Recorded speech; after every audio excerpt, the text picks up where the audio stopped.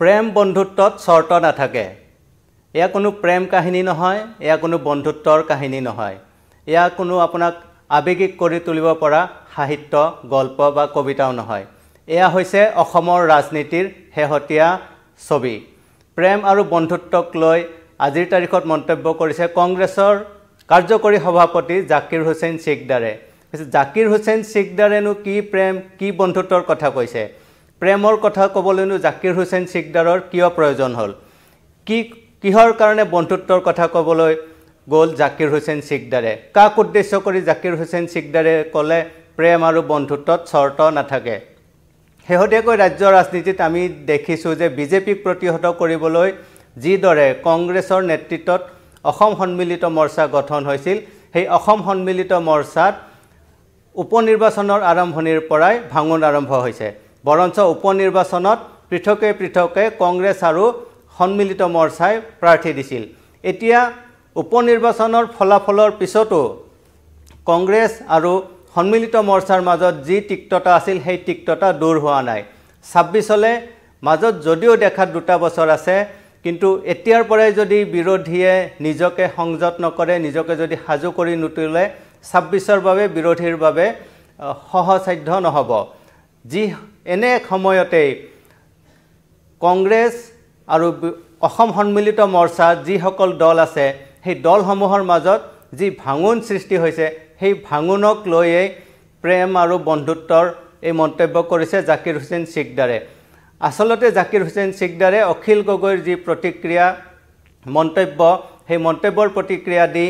এই মন্তব্য কৰিছে যে অখিল গগৈ কিছুদিন পূৰ্বে কৈছিল যে কংগ্ৰেছে যদিহে তেওঁলোকক ২৫-২৬খন আসন এৰি নিদিয়ে, তেতিয়াহ'লে তেওঁলোকৰ লগত বিৰোধীৰ মিত্ৰতা নহ'ব বা ৰাইজৰ দলৰ মিত্ৰতা নহ'ব। আৰু যদিহে ২৫-২৬খন আসন এৰি দিয়ে, তেতিয়াহে কংগ্ৰেছৰ সৈতে অখিল গগৈৰ দলে মিত্ৰতা কৰিব বা কংগ্ৰেছক বিৰোধী ঐক্য মঞ্চত চামিল কৰি লোৱা হ'ব। এই প্ৰসংগতে এটা কথা কৈ থোৱা ভাল যে উপনিৰ্বাচনৰ সময়ত যেতিয়া বিহালী সমষ্টিক লৈ অসম সন্মিলিত মৰ্চাত ফাট মেলিছিল, সেই সময়ৰ অসম সন্মিলিত মৰ্চাৰ সভাপতি ভূপেন কুমাৰ বৰাই সন্মিলিত মৰ্চাৰ সভাপতি পদ ত্যাগ কৰিছিল। তাৰপিছত সভাপতি অজিত কুমাৰ ভূঞাক দিয়া হৈছিল, সাধাৰণ সম্পাদক হিচাপে লুৰিণজ্যোতি গগৈ আছে। গতিকে এনে সময়তে অখিল গগৈয়ে বাৰম্বাৰ বিগত কেইদিনত কংগ্ৰেছক টাৰ্গেট কৰি আহিছে। ইতিমধ্যে ভূপেন বৰায়ো এই কথা স্পষ্ট কৰি দিছে যে ৰাজহাৰ বেকা কৰি বন্ধুত্বৰ কথা ক'ব নোৱাৰি। গতিকে ভূপেন বৰাৰ এই মন্তব্যৰ পিছত আজি জাকিৰ হুছেইন সিকদাৰে এই মন্তব্য কৰিছে যে প্ৰেম আৰু বন্ধুত্বৰ শৰ্ত নাথাকে। অখিল গগৈক এক প্ৰকাৰ জাকিৰ হুছেইন সিকদাৰে স্পষ্ট কৰি দিছে যে কোনো শৰ্ত লৈ অখিল গগৈয়ে কংগ্ৰেছৰ ওচৰলৈ মিত্ৰতা কৰিবলৈ নহা ভাল। যিকোনো শৰ্ত কংগ্ৰেছে মানি ল'বলৈ ৰাজি নহয়। ইয়াৰ মাজতে আমি আৰু এটা কথা লক্ষ্য কৰিছোঁ যে অসম সন্মিলিত মৰ্চাই কংগ্ৰেছক এৰি নিজাববীয়াকৈ কুচকাৱাজ আৰম্ভ কৰিছে। তেওঁলোকে কালি এখন বৈঠকত মিলিত হৈছিল। সেই বৈঠকত তেওঁলোকে অহা ৭ ডিচেম্বৰত এখন বৈঠকৰ আয়োজন কৰিছে। আকৌ সেই হোটেল লিলিত, যি লিলিৰ পৰাই সন্মিলিত মৰ্চাৰ বিৰোধী ঐক্য মঞ্চৰ আৰম্ভ হৈছিল, সেই লিলিত আকৌ তেওঁলোকে মিলিত হ'ব। কিন্তু এই যিখন বৈঠক হ'ব সন্মিলিত মৰ্চাৰ বিৰোধী দলসমূহৰ, এই বৈঠকত কংগ্ৰেছ নাই। এই বৈঠকত কংগ্ৰেছক আমন্ত্ৰণ জনোৱা হোৱা নাই। অজিত কুমাৰ ভূঞাই হওক বা লুৰিণজ্যোতি গগৈয়ে হওক, কংগ্ৰেছক আমন্ত্ৰণ কৰা নাই। গতিকে এনে সময়ত কংগ্ৰেছে এই বৈঠকখনত উপস্থিত থকাৰ কোনো প্ৰশ্নই নুঠে। কিন্তু জাকিৰ হুছেইন সিকদাৰে আজি এটা কথা স্পষ্ট কৰি দিছে যে কংগ্ৰেছ অবিহনে বিৰোধী ঐক্য তিষ্ঠি থাকিব নোৱাৰে। আৰু বিৰোধী ঐক্য থাকিবলৈ হ'লে কংগ্ৰেছ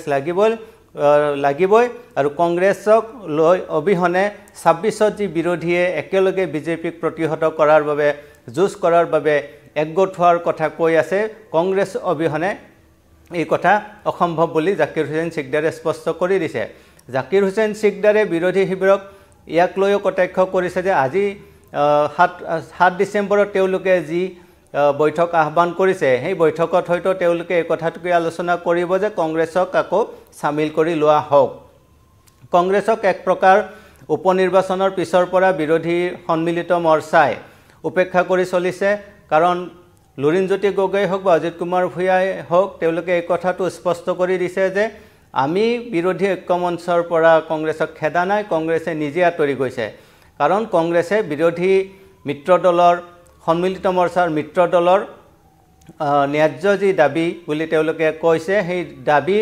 তেওঁলোকে মানি লোৱা নাই বা মিত্ৰতাৰ যি ধৰ্ম সেই ধৰ্ম পালন নকৰি তেওঁলোকে দলীয়ভাৱে নিজাববীয়াকৈ বিহালীত প্ৰাৰ্থী দিলে মিত্ৰ দলৰ সকলো আহ্বানক নেওচি তেওঁলোকে বিহালীত প্ৰাৰ্থী দিছিল আৰু প্ৰাৰ্থী দিয়াৰ পৰিপ্ৰেক্ষিতত বিৰোধীয়েও সন্মিলিত মৰ্চাৰ ফালৰ পৰা লক্ষ্মীকান্ত কুৰ্মীক প্ৰাৰ্থিত্ব দিছিল গতিকে তাৰ পিছৰ পৰাই কংগ্ৰেছ আৰু সন্মিলিত মৰ্চাৰ বাকী দলসমূহৰ মাজত যি দূৰত্ব যি তফাত আহিছে সেই দূৰত্ব দিনে দিনে বাঢ়ি গৈ আছে বিশেষকৈ ভূপেন কুমাৰ বৰাৰ যি আকৰ্গজ স্থিতি যে তেওঁলোকে কোনোপধ্যেই নিজেই উপজাচি নিজে সৰু হৈ তেওঁলোকে মিত্ৰতাৰ আলোচনা নকৰে এনে পৰিপ্ৰেক্ষিতত আগন্তুক দিনত কংগ্ৰেছ আৰু ৰাইজৰ দল আৰু অসম জাতীয় পৰিষদ বাওঁপন্থী দলসমূহ আৰু অন্যান্য সৰু সুৰা দলসমূহে কিদৰে ৰণনীতি তৈয়াৰ কৰিব সেয়া নিশ্চয়কৈ লক্ষণীয় কথা কিন্তু অখিল গগৈয়ে বাৰম্বাৰ এটা কথা স্পষ্ট কৰি দিছে যে তেওঁলোকে এইবাৰ 2026 কিং মেকাৰৰ ভূমিকা পালন কৰিব অখিল গগৈয়ে নিজকে কিং মেকাৰ সজাবলৈ গৈ আছে আৰু সেই কাৰণে তেওঁ এটা অংক কৰি হিচাপ কৰিছে যে যদিহে ৰাইজৰ দলৰ 20-25 জন বিধায়ক হয় তেতিয়াহ'লে কংগ্ৰেছে তেওঁলোকক এৰি কোনো কাম কৰিব নোৱাৰিব আনকি অখিল গগৈয়ে এইটো দাবী কৰি আহিছে যে 2026 চনত ৰাইজৰ দলৰ সহায় অবিহনে সহযোগ অবিহনে কোনো দলেই চৰকাৰ গঠন কৰিব নোৱাৰিব অখিল গগৈৰ এই দাবী কিমান যুক্তিপূৰ্ণ বা কিমান প্ৰেক্টিকেল সেই কথা সেই বিষয়টো এটা বেলেগ ধৰণৰ চৰ্চাৰ বিষয় কিন্তু অখিল গগৈয়ে যোৱা লোকসভা নিৰ্বাচনৰ পৰা সংখ্যালঘু এলেকাত যি ধৰণৰ নিজৰ এক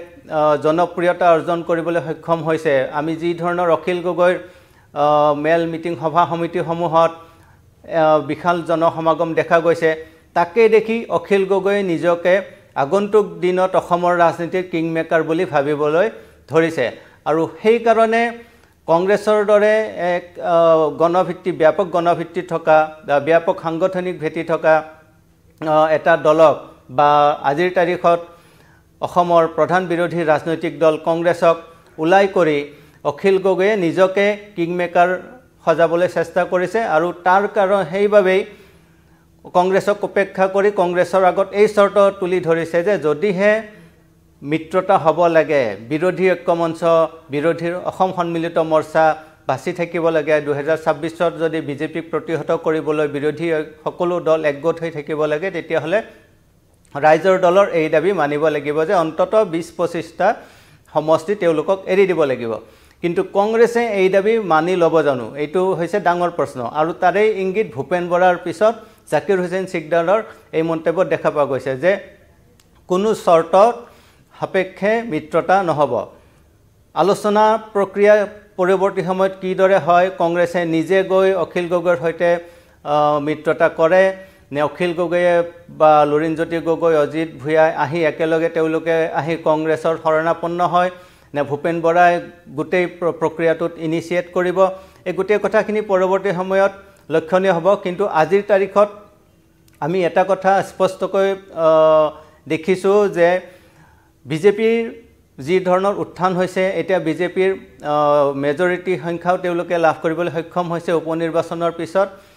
লগতে তেওঁলোকৰ লগত UPPL দল আছে তেওঁলোকৰ লগত অগপ আছে গতিকে এনে সময়ত যি সময়ত বিৰোধী একগোট হৈ থকাটোই আছিল বিৰোধী শিবিৰৰ কাৰণে আটাইতকৈ ডাঙৰ শক্তি সেই শক্তিকে তেওঁলোকে অৰ্জন কৰিব পৰা নাই সেই ৰণকৌশলটোকে বিৰোধী দলসমূহে মিলি প্ৰস্তুত কৰিব পৰা নাই যে কি ধৰণে যোগ বিয়োগ কৰিলে কি ধৰণে কোট এৰা ধৰা কৰিলে মিত্ৰতা অটুট থাকিব বিজেপিৰ বিৰুদ্ধে তেওঁলোকে নিজকে শক্তিশালী এক স্থিতিত প্ৰক্ষেপ কৰিব পাৰিব আৰু 26লৈ মাজত ক'বাত 1.5-2 বছৰ থকাৰ সময়ত জনমানসত এক প্ৰবল বিশ্বাস আৰু আস্থা গঢ়ি তুলিবলৈ তেওঁলোকে কি ধৰণে আগবাঢ়িব লাগিব এই গোটেই কথাখিনি এক সিস্টেমেটিক ৱেত এক পদ্ধতিগতভাৱে পৰিকল্পনা কৰি লৈ আগবাঢ়ি যাবলৈ যি ধৰণৰ কংগ্ৰেছ হওক অসম জাতীয় পৰিষদ হওক বা ৰাইজৰ দল হওক তেওঁলোকৰ ইনিচিয়েটিভ হ'ব লাগিছিল বিশেষকৈ উপনিৰ্বাচনত 5-0 ব্যৱধানত বিৰোধী খালি মুনালৈ যেতিয়া উপস্থিত লগা হৈছিল তাৰ পিছত তেওঁলোকে এই বিষয়টো পৰ্যালোচনা কৰা উচিত আছিল কংগ্ৰেছে ইতিমধ্যে এখন পৰ্যালোচনা সভা পাতিছে ডিসেম্বৰৰ মাজভাগলৈ 7 ডিসেম্বৰত বিৰোধীৰ সন্মিলিত মৰ্চাৰ পৰ্যালোচনা সভা আছে এই পৰ্যালোচনা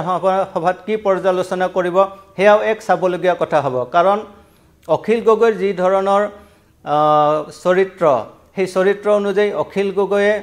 নিজকে আন দলসমূহতকৈ বহুত বেছি কংগ্ৰেছতকৈও এতিয়া বেছি ডাঙৰ দল বুলি ভাবিবলৈ আৰম্ভ কৰিছে নিজকে কিং মেকাৰ বুলি ভাবিবলৈ লোৱাৰ পিছৰ পৰা অখিল গগৈৰ এক সৈৰাচাৰী ধৰণৰ এক চৰিত্ৰ এই দলবোৰৰ ওপৰত এক প্ৰভাৱ যেন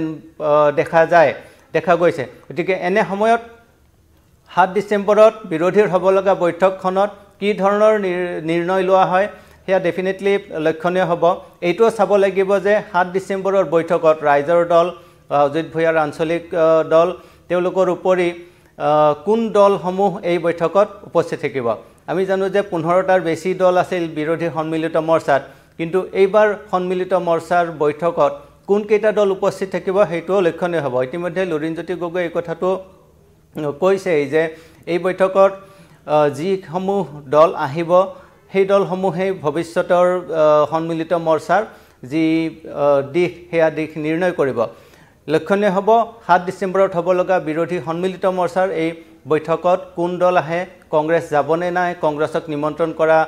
হ'বনে নাই মাজত আৰু দুদিন আছে এই দুদিনত হয়তো ডেফিনেটলি কিছু ডেভেলপমেন্ট হ'ব পাৰে কিন্তু এই সময়ত এটা কথা স্পষ্ট বিৰোধীৰ মাজত যি ধৰণৰ ফাট মেলিছে সেই ফাট এতিয়াও জোৰা লগাৰ কোনো লক্ষণ আমি দেখা নাই কংগ্ৰেছ আৰু ৰাইজৰ দলৰ মাজত বিশেষকৈ যি ধৰণৰ বাক বিতণ্ডা দ্বন্দ্ব চলি আছে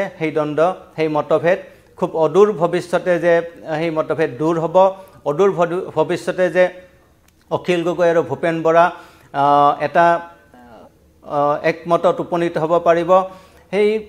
হেয়া কোনো ইংগিত দেখা নাই যদিহে তেনেকুৱা হয় তেতিয়াহ'লে কংগ্ৰেছে যি ধৰণে AIDFক এৰি দিলে কংগ্ৰেছে আগন্তুক দিনত তেনেদৰে ৰাইজৰ দলকো এৰি চলিব নেকি কংগ্ৰেছে ৰাইজৰ দলক বাদ দি বেলেগ দলসমূহৰ সৈতে আন এক বেলেগ মৰ্চা গঠন কৰিব নেকি কংগ্ৰেছে অখিল গগৈক উপেক্ষা কৰিবলৈ বা অখিল গগৈক বিৰত ৰাখিবলৈ অখিল গগৈৰ যি প্ৰভুত্ব অখিল গগৈৰ যি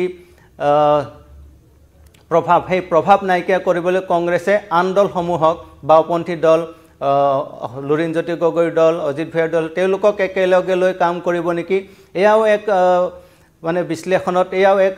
বিষয় এটা আছে এই বিষয়টো আহিব পাৰে যে কংগ্ৰেছে অখিল গগৈক সাইডলাইন কৰিবলৈ এই ধৰণে এটা বেলেগ মৰ্চা গঠন কৰিব পাৰে নেকি কংগ্ৰেছে গতিকে আগন্তুক দিনত বিৰোধীৰ শিবিৰত মিত্ৰতাক লৈ যথেষ্ট ডেভেলপমেন্ট হোৱাৰ সম্ভাৱনা আছে কিন্তু এই মুহূৰ্তত কংগ্ৰেছে অখিল গগৈৰ কোনো চৰ্ত যে মানি নলয় সেই কথা স্পষ্ট আৰু অখিল গগৈয়ে যিখন স্বৰ্গত বাস কৰি আছে সেই স্বৰ্গৰ পৰা কেতিয়া নামি আহিব